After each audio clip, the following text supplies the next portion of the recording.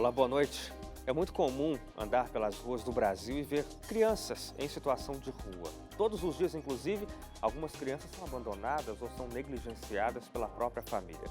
O governo ainda não possui um censo demográfico sobre quantas crianças estão em situação de abandono, mas essa realidade é nítida aos olhos de quem anda pelas ruas das cidades.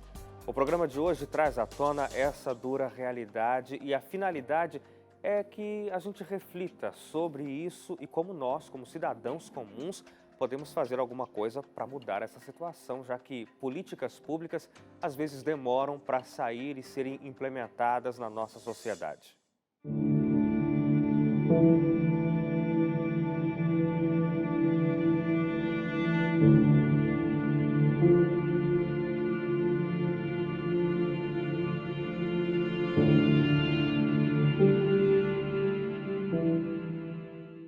O Estatuto da Criança e do Adolescente é claro. Crianças e adolescentes devem desfrutar de todos os direitos fundamentais inerentes à pessoa humana.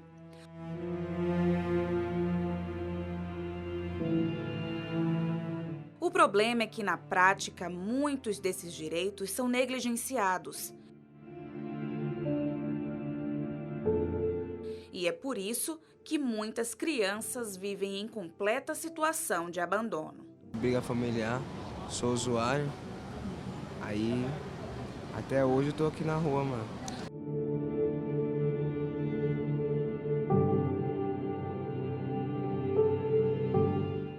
De acordo com o Conselho Nacional de Justiça, mais de 302 mil guias de recolhimento para abrigar crianças foram emitidas em todo o Brasil.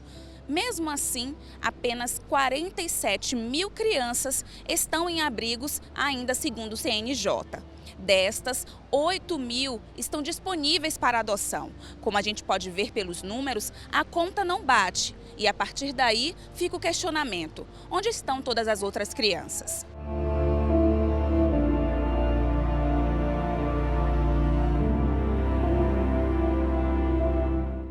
É uma fotografia que esses dados não fecham mesmo, é verdade. Mas assim, nós temos, de todos os municípios brasileiros, apenas 20% dos municípios, quase mais de 5 mil municípios que nós temos, apenas 20% conta com programas de abrigamento, né?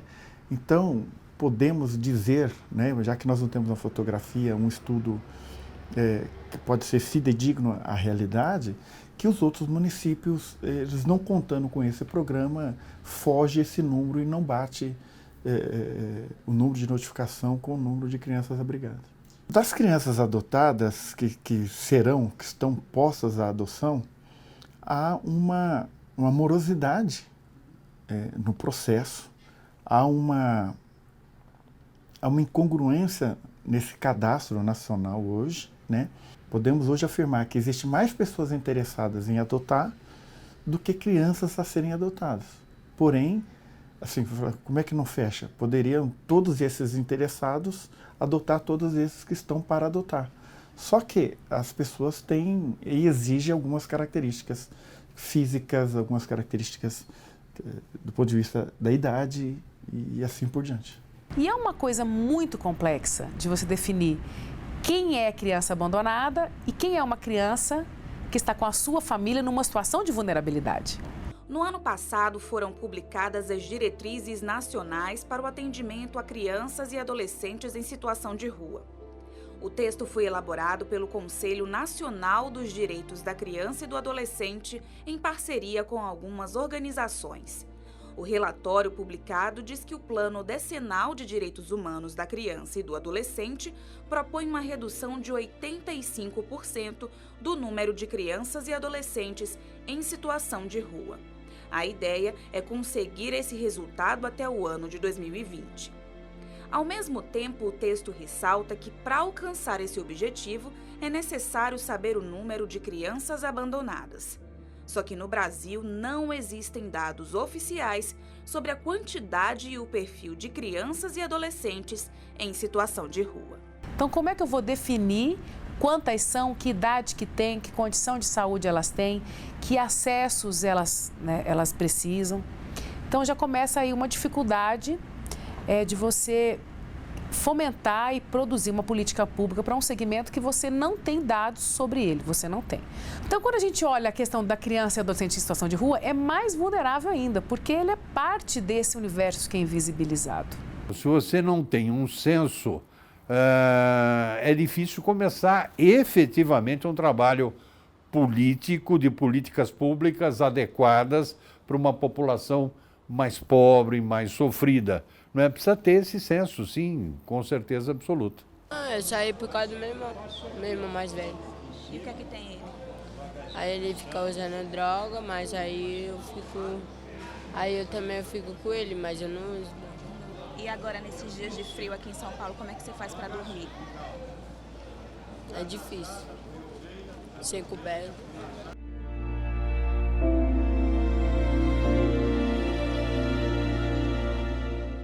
As situações de abandono, em sua maioria, hoje são negligência, violência familiar, dependência química dos familiares. Aliado a isso, lá no meados do século XVIII e para cá até hoje, a questão das mães solteiras, das paternidades irresponsáveis.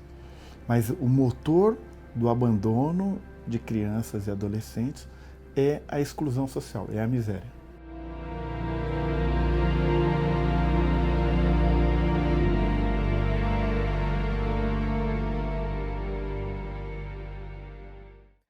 Olha, aqui dentro do estúdio eu recebo a Ana Carolina Muniz de Souza. Ela é assistente social e atua diretamente nessa questão de atendimento, de cuidado dessas crianças que por alguma razão estão fora do convívio familiar. Ana, muito obrigado pela sua companhia com a gente. Obrigada. Ana, a gente apresentou alguns dados ali que são bastante alarmantes, né? Do número de crianças e adolescentes que são consideradas abandonadas, não é? Você repete para a gente esses números, porque são tão grandes e absurdos, né? Porque, e apesar de serem grandes, não são números talvez fidedignos, porque como a gente mostrou, não tem uma demografia exata sobre isso, né? Então, esse dado é do Conselho Nacional de Justiça, né? E ele traz que 47 mil crianças e adolescentes estão acolhidos, né, no Brasil. O estado de São Paulo concentra esse número maior, com 13 mil crianças, né, vivendo em serviço de acolhimento. Eu acho que cabe a gente dizer também que essas crianças e adolescentes estão acolhidos, mas não necessariamente estão abandonados por suas famílias, né? Então, eles estão sob a proteção do Estado. Como a reportagem disse, existem crianças e adolescentes que estão dentro das suas casas, dentro das suas famílias e também estão abandonadas, né? Então, esse é um dado que não tem como a gente quantificar, né? Quando você fala de estão abandonadas, apesar de estarem dentro de casa, estarem com a família, é abandono em que sentido? É um abandono afetivo, um abandono material, né? Então, a questão da negligência, ela entra nesse aspecto. Então, quando você tem condições de ofertar, de prover os cuidados, mas você não o faz, né? Então, isso é um abandono infantil, né? Sim. Agora, é importante a gente salientar que a gente tem uma legislação no Brasil que é reconhecida no mundo todo, né? O ECA, que apresenta ali os direitos das crianças e adolescentes, os deveres da sociedade, dos pais, da classe política com relação a essas crianças. Mas o que falta? Por que essa aplicabilidade a gente não percebe? No seio familiar, nos instrumentos sociais? Existe o Sistema Único da Assistência Social, o SUAS, ele tem algumas diretrizes para prevenir situações de risco, né? E prevenir o rompimento do vínculo familiar e comunitário, né? Então, existem serviços socioassistenciais nos territórios para combater esse rompimento, esse afastamento da criança, do adolescente, da sua família e da comunidade na qual que ele vive. Então, eu acho que é esse o caminho, né? Então, efetivar, implantar políticas e serviços para combater, para não chegar nessa situação de risco, né? Então, eu acho que o caminho é a política pública, né? Você mencionou o caso aí, esses números são do CNJ, Conselho Nacional de Justiça, de 47 mil crianças e adolescentes que estão em abrigos, Isso, mas que não necessariamente estão abandonadas. isso. Isso significa o quê? Houve algum problema na família, elas precisaram ser recolhidas nesses abrigos, mas vão retornar ao seio familiar. Isso.